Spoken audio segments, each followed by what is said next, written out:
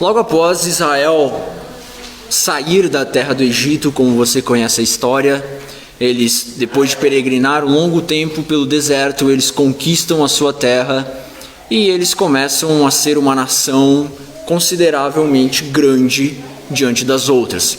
Nesse período que eles têm, constitui o primeiro rei, Saul, logo após vem Davi, e logo após Davi vem seu filho Salomão. Com Salomão, Israel chega no seu ápice, uma das maiores nações da sua época, tem um poder econômico, político gigantesco, mas logo após Salomão morrer, quem assume o trono é Roboão, seu filho.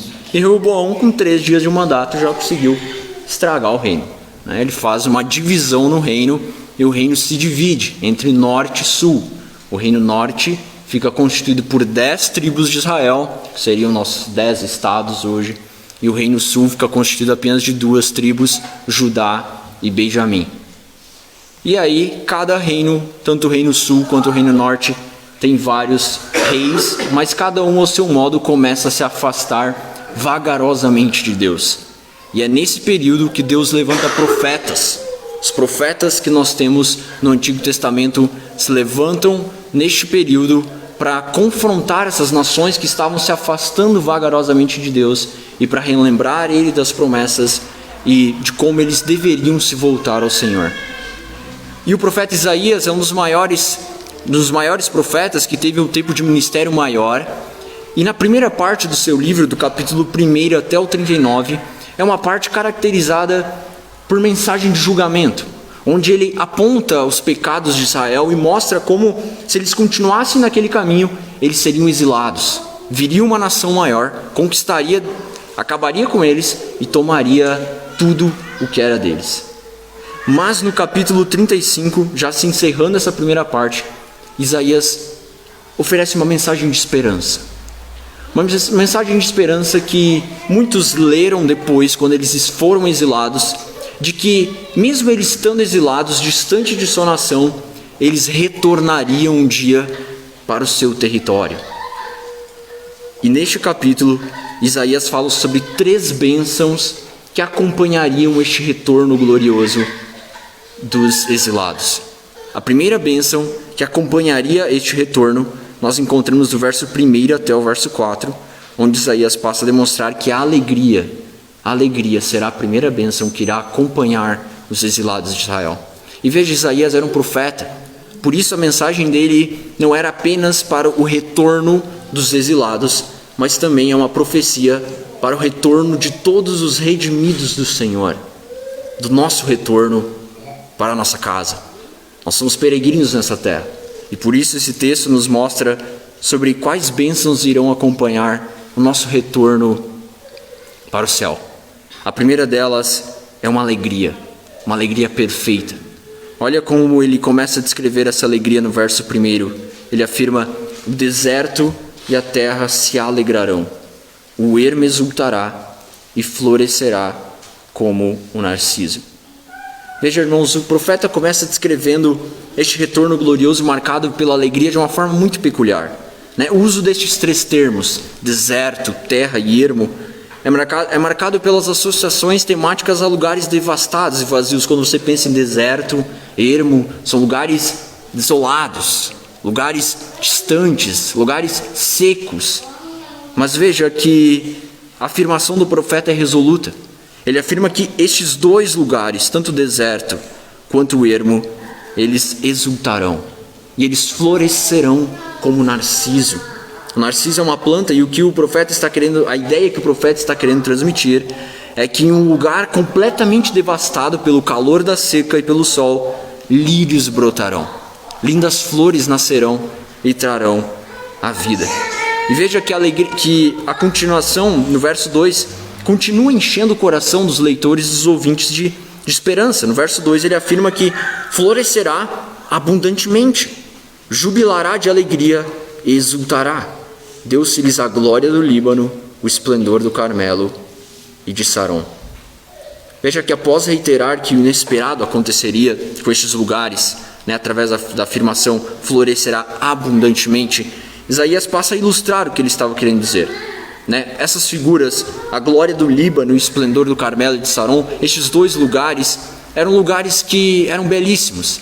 Se você lembrar, na construção do primeiro templo foi usado cedros do Líbano, cedros que eram belíssimos, e agora o que o profeta está querendo dizer é que estes lugares, eles se transformarão com uma glória parecida com a do esplendor do Carmelo e de Saron, com aquilo que eles encontravam nos cedros do Líbano ao olhar para o templo.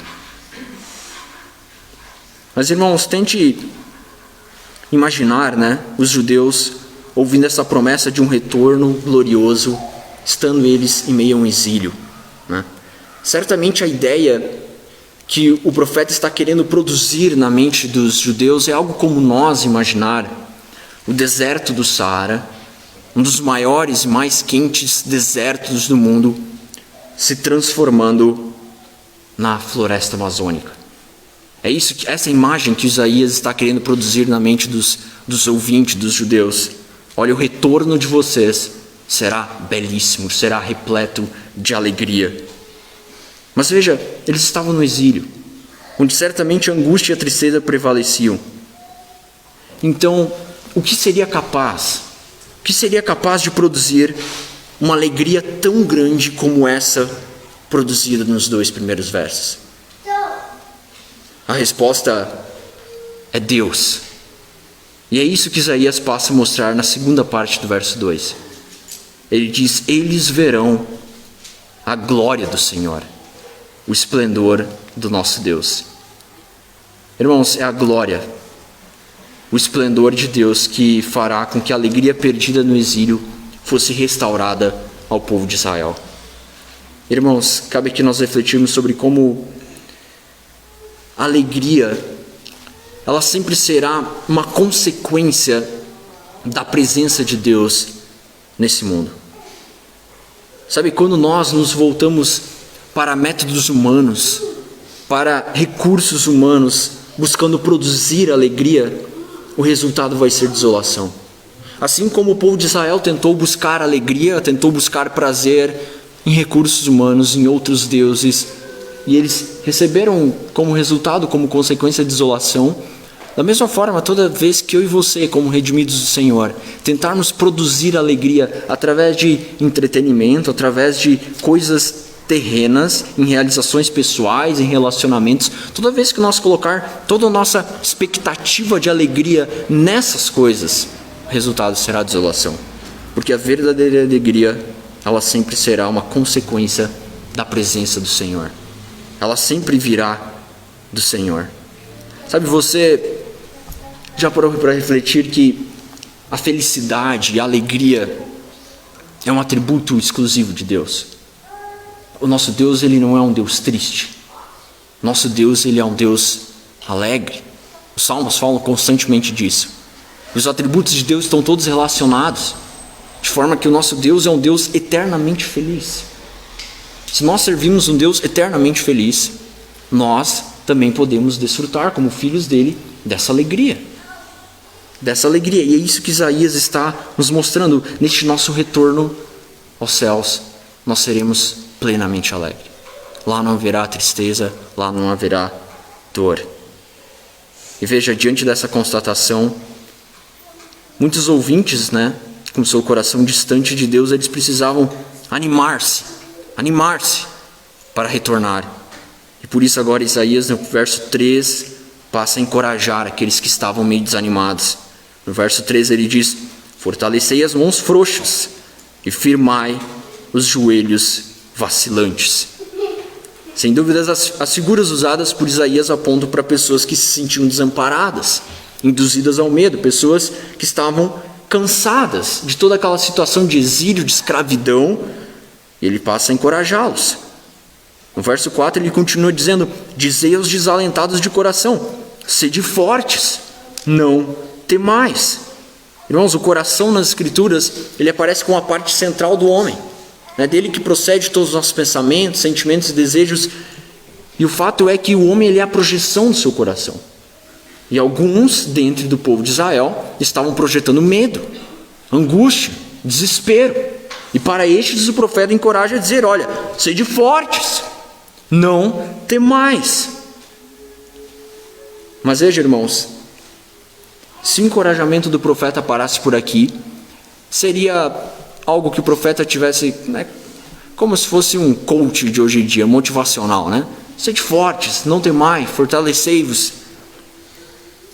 Mas o que o profeta passa a fazer agora na última parte do verso 4 é mostrar que há uma razão muito específica para aqueles que estavam desanimados restaurarem seu ânimo. Deus, novamente. É Deus quem deve ser a razão do ânimo para aqueles que estavam cansados. Ele diz: eis o vosso Deus. A vingança vem, a retribuição de Deus, Ele vem e vos salvará. Irmãos, os ouvintes dessa profecia são conclamados a fortalecer os que duvidam a confiar em Deus. E ele passa a apresentar a justiça de Deus, dizendo: olha, Deus vingará a injustiça feita contra vocês. Sem dúvidas isso deve servir de ânimo para nós também. Nós por vezes sofremos injustiças nessa terra, injustiça como cristãos, como igreja, mas o Senhor nos anima nessa noite a olharmos para a sua justiça que será feita e a salvação que vem dele, para que nosso ânimo seja restabelecido. E veja, irmãos, enquanto nós não chegamos lá, enquanto nós não retornamos para o nosso lar e não desfrutamos dessa plena alegria, dessa alegria perfeita que Isaías mostra aqui, imagens belíssimas, como nós imaginar o deserto se transformando numa floresta, enquanto nós não chegamos lá, Deus nos deu a oportunidade, o privilégio de começar a desfrutar dessa alegria parcialmente nessa terra. E Ele o fez através do fruto do Espírito.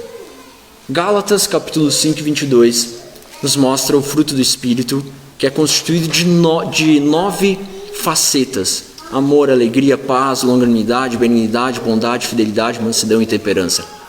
São 9 facetas, e preste atenção no detalhe, tem muitas pessoas que afirmam que o que dá a entender parece que são 9 frutos. Não são 9 frutos, é um fruto constituído de 9 facetas. Sabe como uma bergamota?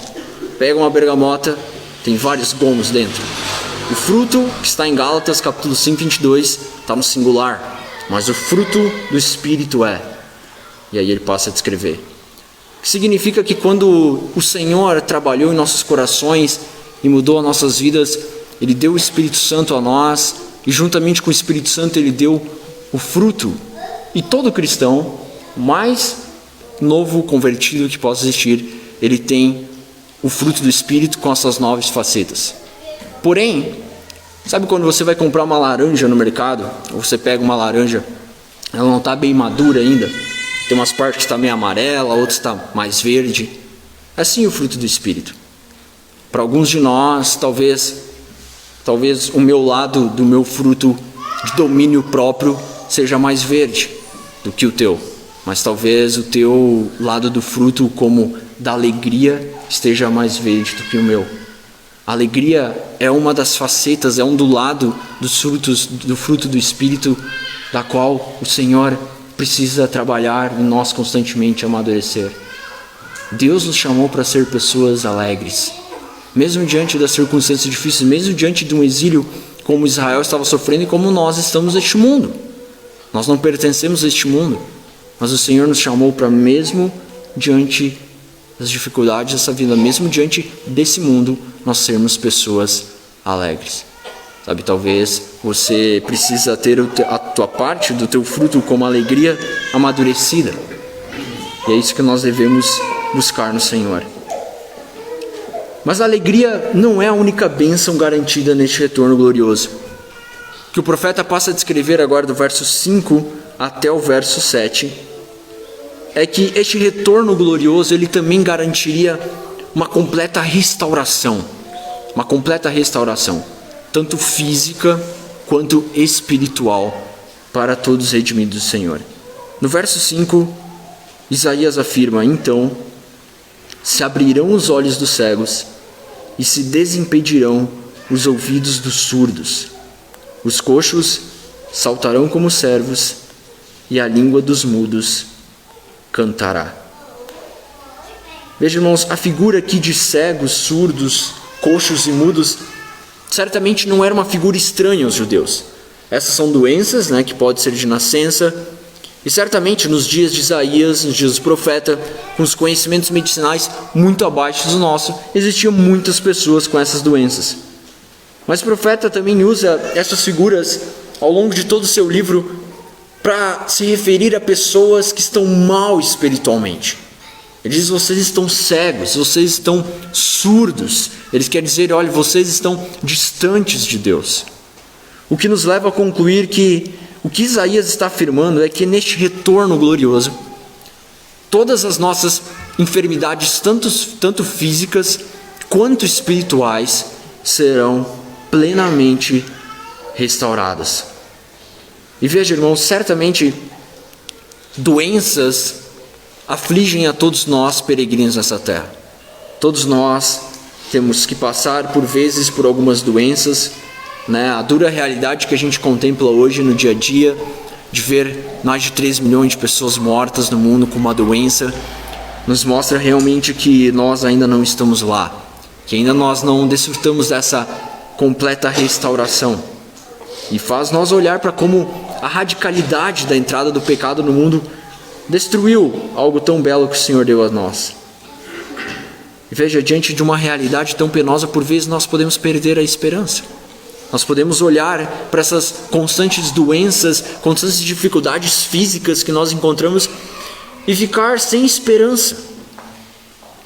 Mas o que o profeta nos anima nessa noite é olhar para o futuro e saber que um dia nós seremos plenamente restaurados de todas as doenças físicas,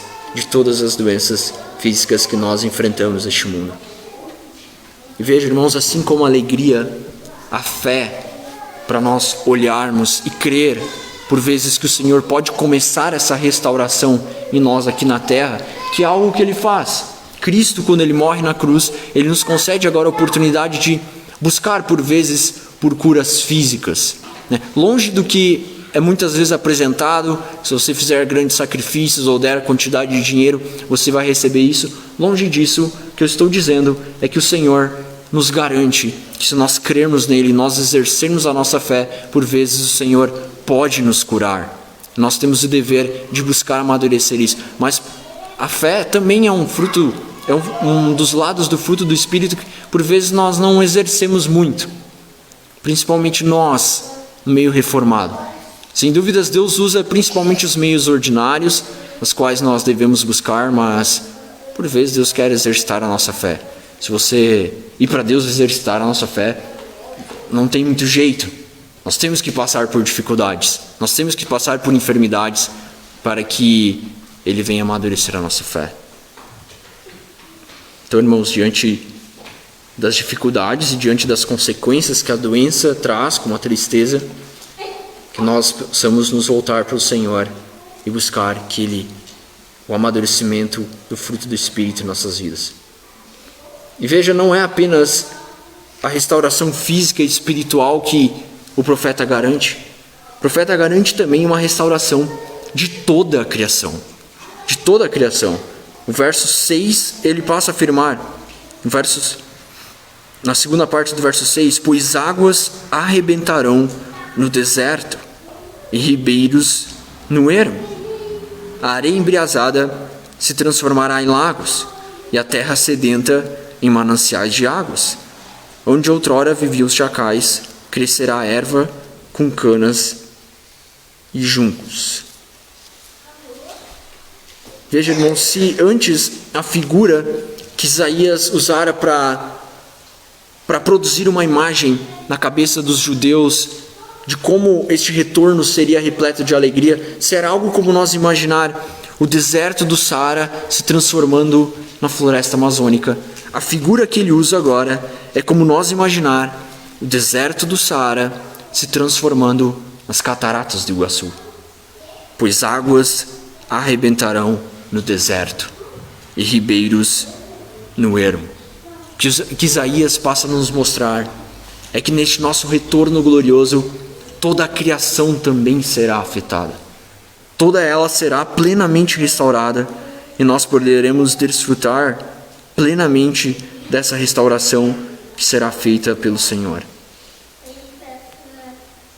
Mas veja, irmão, certamente alegria e restauração completa eram promessas que enchiam o coração dos judeus de esperança e de expectativas.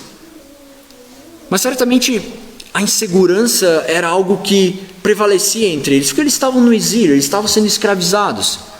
Imaginem eles pensando, ok, eu entendi, no dia que nós voltarmos, nós teremos a nossa alegria restaurada, nós seremos fisicamente restaurados, espiritualmente restaurados, mas sabe o que garantirá que não virá os inimigos de novo e vão acabar com tudo isso? Sabe, a sensação de insegurança certamente prevalecia. Como a sensação de insegurança prevalece entre nós hoje em dia, não é? Por exemplo, a recente tragédia que nós vimos na cidade de Saudade nos coloca realmente a pensar como a nossa segurança, por vezes, ela é bastante fácil de ser rompida. A sensação de insegurança, por vezes, é bastante presente em nós neste mundo.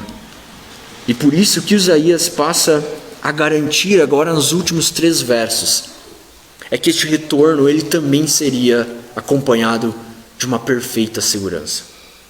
No verso 8 ele começa afirmando: e ali haverá bom caminho, o caminho que se chamará o caminho santo. O imundo não passará por ele, pois será somente para o seu povo. Quem quer que por ele caminhe não errará, nem mesmo o louco. Irmãos, a segurança é garantida na descrição de um caminho, figura facilmente associada pelos judeus que eles trilharam um caminho em direção à Babilônia, em direção ao exílio, mas na companhia de seus inimigos. E agora que Isaías está mostrando, olha, vocês vão voltar por um caminho, mas este caminho ele estará seguro, ele será perfeitamente seguro. E ele continua reiterando essa ideia com uma figura ainda mais conhecida pelos judeus. No verso 9 ele diz: ali não haverá leão, animal feroz não passará por ele, nem se achará nele, mas os remidos andarão por ele. Se havia um animal perfeito para descrever a sensação de insegurança no território palestino, este animal era o leão. Hoje os leões já são extintos no território asiático, mas nos tempos bíblicos eles ainda estavam lá e sempre foram animais extremamente perigosos. Você pode lembrar comigo, por exemplo, do episódio de Daniel 6, quando ele foi lançado numa cova de leões, ou do episódio de 2 Reis, quando um profeta desobediente é morto por um leão, ou Davi que mata um leão. Certamente os judeus conheciam os leões e sabiam como eles eram um perigo nos caminhos. Dependendo da jornada que você fizesse pelo território palestino, se você não estivesse bem acompanhado, bem armado, um leão poderia te matar. Mas agora o que o profeta está garantindo é que neste caminho não haverá leão. Nenhum animal feroz passará por ele. Este termo feroz ele é usado ao longo de todo o Antigo Testamento para descrever salteadores, ladrões, figuras que certamente remetem a uma sensação de insegurança. Mas agora ele garante: o retorno glorioso dos redimidos será seguro. O tolo ele estará andando pelo seu caminho. E veja, irmãos, a redenção que proporcionaria este retorno seguro, ela veio através de um caminho: Jesus Cristo. Ele é o caminho, a verdade e a vida. Que o profeta está mostrando o caminho seguro que nos garante um retorno perfeito é Jesus Cristo. Não existe outro caminho da qual eu e você podemos estar seguros. Estar em Cristo é estar seguro. Cristo é a nossa segurança. Cristo é aquele que deve nos garantir toda a segurança e nos proporcionar isso, mesmo que o mundo não consiga nos proporcionar. E agora o profeta conclui no verso 10, enchendo o coração dos ouvintes de esperança, mostrando que este caminho, ele levará a algum lugar. Se o caminho que anteriormente eles trilharam levou eles até o exílio, até a Babilônia, o caminho que eles iriam trilhar agora levaria eles a um outro destino muito mais superior: Sião, Sião perfeitamente restaurada e segura. No verso 10 ele diz: os resgatados do Senhor voltarão e virão a Sião com cânticos de júbilo. Alegria eterna coroará a sua cabeça. Gozo e alegria alcançarão, e deles fugirá a tristeza e o gemido.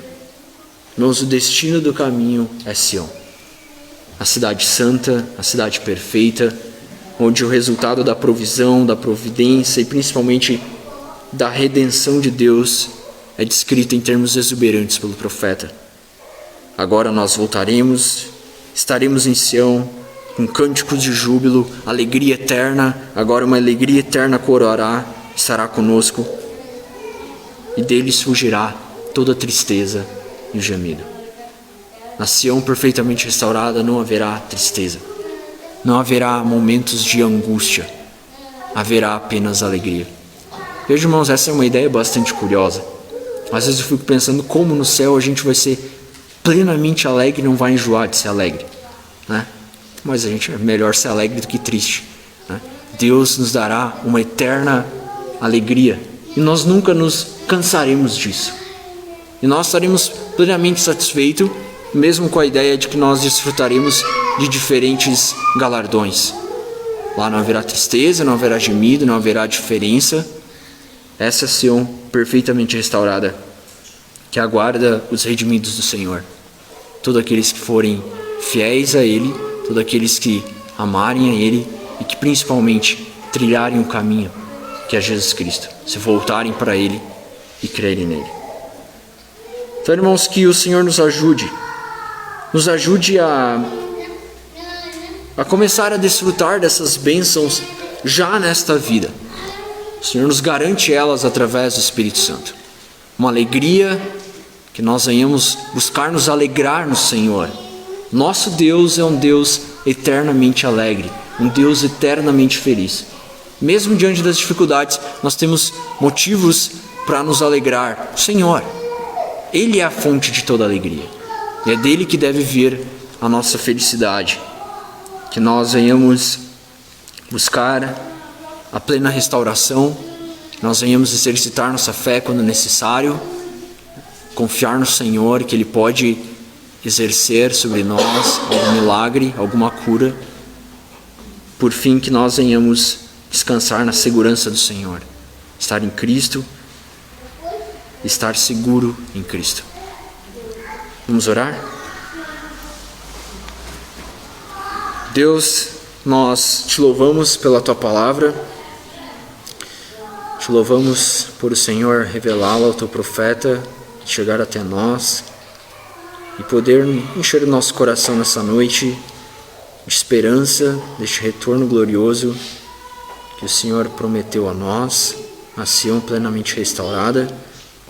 Nós te louvamos porque sabemos que através de Cristo nós temos a oportunidade e o privilégio de desfrutar dessas bênçãos já aqui na terra. Por isso pedimos que o Senhor nos ajude a buscá-la, a ser pessoas alegres em Ti, que o Senhor ajude-nos a confiar no Senhor, a depositar a nossa confiança, a segurança somente no Senhor, para que o Senhor seja glorificado através de nossas vidas nessa terra. Nós rogamos, Senhor, que as Tuas bênçãos estejam sobre nós durante essa semana, que Teu Espírito Santo esteja trabalhando em nossas vidas, amadurecendo o Teu fruto em nossas vidas, para que nós venhamos crescer e nos tornar cada dia mais parecidos contigo. Em nome de Jesus que oramos. Amém.